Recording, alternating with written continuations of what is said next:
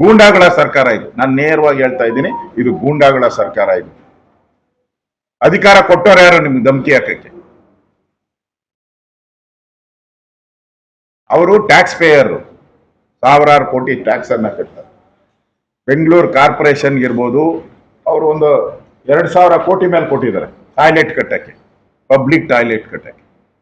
ಎಲ್ಲೆಲ್ಲಿ ಫ್ಲಡ್ ಆಗಿದೆಯೋ ಆ ಫ್ಲಡ್ ಆದ ಸಂದರ್ಭದಲ್ಲಿ ಮನೆಗಳು ಕಟ್ಟಕ್ಕೆ ಹಣ ಕೊಟ್ಟಿದ್ದಾರೆ. ನೀವು ಕೊಟ್ಟಿದ್ದೀರಾ?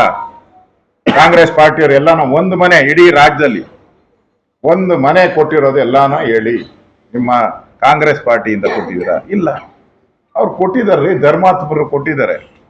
ಕೊಟ್ಟಿರೋರಿಗೆ ನೀವು ಬೃಹಸ್ಪತಿಗಳ ಅಂದ್ರೆ ನೀವ್ಯಾವ ಪತಿಗಳು? ಈ ರೀತಿ ಧಮಕಿ ಹಾಕಿ ಸಮೀಕ್ಷೆಗಳನ್ನ ಮಾಡಿಸುವಂಥದ್ದು ಸಂವಿಧಾನಕ್ಕೆ ಅಗೌರವ ಮಾಡ್ದಂಗೆ. ಆಕ್ಚುಲಿ ಜಾತಿ ಗಣತಿ ಮಾಡಕ್ಕೆ ನಿಮ್ಗೆ ಅಧಿಕಾರನೇ ಇಲ್ಲ, ಸಂವಿಧಾನದ ಅಡಿಯಲ್ಲಿ ಅಧಿಕಾರನೇ ಇಲ್ಲ ನಿಮ್ಗೆ. ಕೇಂದ್ರ ಸರ್ಕಾರಕ್ಕೆ ಮಾತ್ರ ಅಧಿಕಾರ ಇರೋದು. ನೀವು ಮಾಡ್ತಾ ಇರೋದೇ ಅಕ್ರಮ, ಅದರಲ್ಲಿ ಧಮಕಿ ಹಾಕೋದು ಇನ್ನೊಂದು ಅಕ್ರಮ ನೀವು ಮಾಡ್ತಾ ಇರೋದು. ಇದು ಬಹಳ ದಿನ ನಡೆಯಲ್ಲ, ಈ ಧಮಕಿಗಳೆಲ್ಲ ನಡೆಯಲ್ಲ. ಈಗ ಕೇಂದ್ರ ಸರ್ಕಾರದ ಸಮೀಕ್ಷೆ ಆಗ್ಲೇ ಪ್ರಾರಂಭ ಆಗ್ತಾ ಇದೆ. ಅದಾದ್ಮೇಲೆ ಈ ವರದಿ ಕಳೆದ ಬಾರಿ 165 ಕೋಟಿ ಮಾಡಿದ್ರಲ್ಲ, ಎಲ್ಲಾಯ್ತು? ಕಸದ ಬುಟ್ಟಿಗೆ ಹೋಯ್ತಾ? ಕಸದ ಬುಟ್ಟಿಗೆ ತಾನೇ ಹೋಗಿದ್ದು. 165 ಕೋಟಿ ಟ್ಯಾಕ್ಸ್ ಪೇಯರ್ಸ್ ಹಣ ತಿಂದು ತೇಗಿ ನೀರು ಕುಡಿದ್ರಲ್ಲ ನೀವು.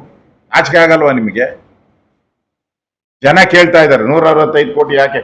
ಇವನ್ ರಾಹುಲ್ ಗಾಂಧಿ ಪಟ್ ಅಂತ ಹೇಳಿದ ತಕ್ಷಣ ಸಮೀಕ್ಷೆನೆ ಡಮಾರ್ ಅಂದೋಯ್ತು. ರಾಹುಲ್ ಗಾಂಧಿ ಈ ಸಮೀಕ್ಷೆ ಬಗ್ಗೆ ಡಿ ಕೆ ಶಿವಕುಮಾರ್ ಕಂಪ್ಲೇಂಟ್ ಮಾಡಿದಾಗ ಈ ಸಮೀಕ್ಷೆನ ಕ್ಯಾನ್ಸಲ್ ಮಾಡಿದ್ರಿ ಪಟ್ ಅಂತ. 165 ಕೋಟಿ ಯಾರ ಹಣ? ಜ್ಞಾನ ಬೇಡವಾ ನಿಮ್ಗೆ? ಈಗ ಮತ್ತೆ 450 ಕೋಟಿ ಹಣ ಖರ್ಚು ಮಾಡ್ತಾ ಇದ್ದೀರಾ. ಯಾರ ಹಣ ಇದು? ಟ್ಯಾಕ್ಸ್ ಪೇಯರ್ಸ್ ಹಣ. ಕಾಂಗ್ರೆಸ್ ಪಾರ್ಟಿದ ಇದು? ಈ ಗೌಪ್ಯತೆಯನ್ನ ಕಾಪಾಡಬೇಕಾಯ್ತು. ಅವರು ಬರೆದಿದ್ದಾರೆ, ನಾನು ಈ ಸಮೀಕ್ಷೆಯಲ್ಲಿ ಪಾಲ್ಗೊಳ್ಳಲ್ಲ ಅಂತ. ಹೈಕೋರ್ಟ್ ಹೇಳಿದೆ ಗೌಪ್ಯತೆಯನ್ನ ಕಾಪಾಡಬೇಕು, ಎಲ್ಲೂ ಬಿಡಬಾರದು ಅಂತ ಹೇಳಿ. ಈಗ ಬಿಡುಗಡೆ ಮಾಡಿದ್ದೀರಾ ನೀವು? ಬಿಡುಗಡೆ ಮಾಡಿದ್ದೀರಾ? ಹೆಂಗ್ ಬಿಡುಗಡೆ ಮಾಡಿದ್ರಿ ನೀವು?